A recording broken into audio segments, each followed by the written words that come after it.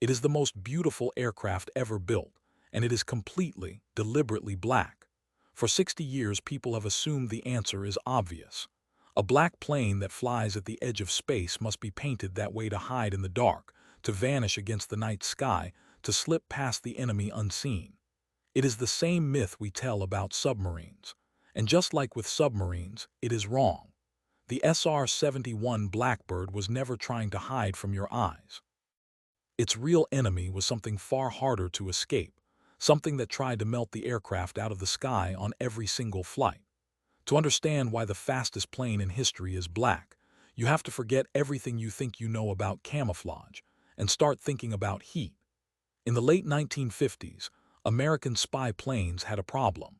The U-2 could fly higher than anything else in the sky, photographing Soviet territory from the edge of the atmosphere. For a few years, it was untouchable. Then, in 1960, a Soviet missile reached up and tore one out of the sky, capturing the pilot, Francis Gary Powers, alive. The message was clear. Flying high was no longer enough. The next spy plane would have to do something that sounded impossible. It would have to fly so fast that no missile, no fighter, no defense on Earth could catch it. The job went to a secret division of Lockheed known as the Skunk Works, and to its legendary chief engineer, Kelly Johnson. The target was a sustained speed of Mach 3, more than 3 times the speed of sound, faster than a rifle bullet, held for hours at a time.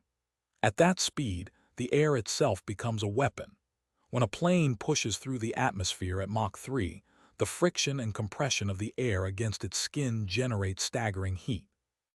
The nose and the leading edges climb to over 500 degrees, hot enough to glow. Across most of the airframe, the surface bakes at temperatures that would soften ordinary aircraft aluminum like warm butter. A conventional plane attempting this would not be shot down. It would simply come apart, its structure weakening and tearing in the searing air. So before Kelly Johnson could build a plane to outrun a missile, he had to build one that could survive its own speed. And that single requirement, the war against heat, shaped every rivet, every panel, and the color of the entire machine. Aluminum was out.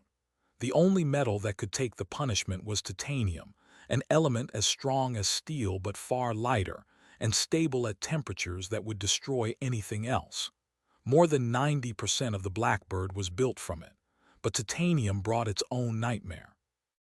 It was brutally hard to machine, shattering ordinary tools and demanding entirely new techniques invented from scratch.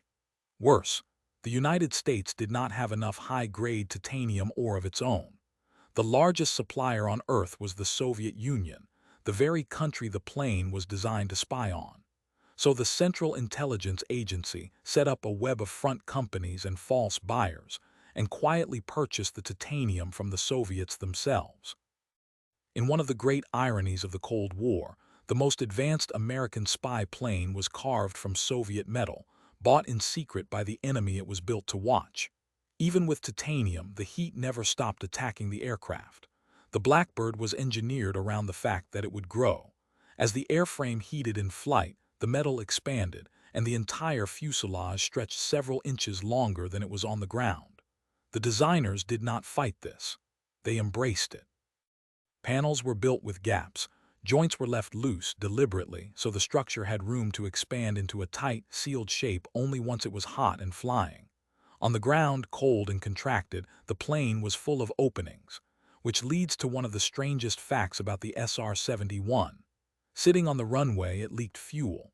Its tanks dripped onto the tarmac because the seals only closed up under the heat of high-speed flight.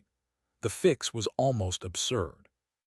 The Blackbird would take off with a partial load, then immediately meet a tanker in the air to fill up once its tanks had sealed themselves shut. And now, finally, the color. With heat as the true enemy, the engineers turned to physics for a way to shed it.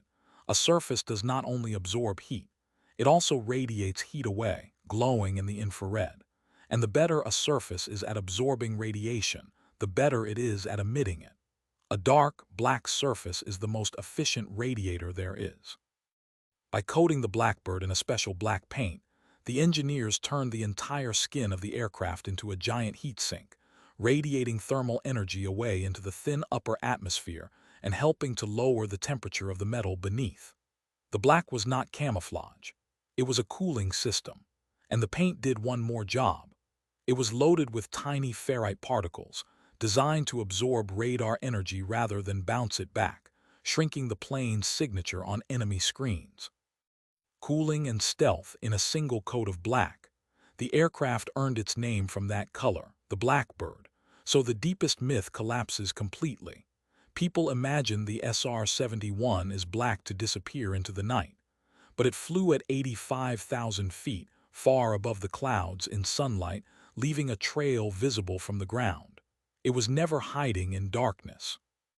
The black is the natural color of a machine engineered to survive being cooked alive, the same way a submarine's black is the natural color of rubber built to swallow sound. In both cases, the eye was never the enemy. Physics chose the color, and physics does not care how it looks. With the heat tamed and the structure holding, the Blackbird could finally do the one thing it was born for: outrun everything.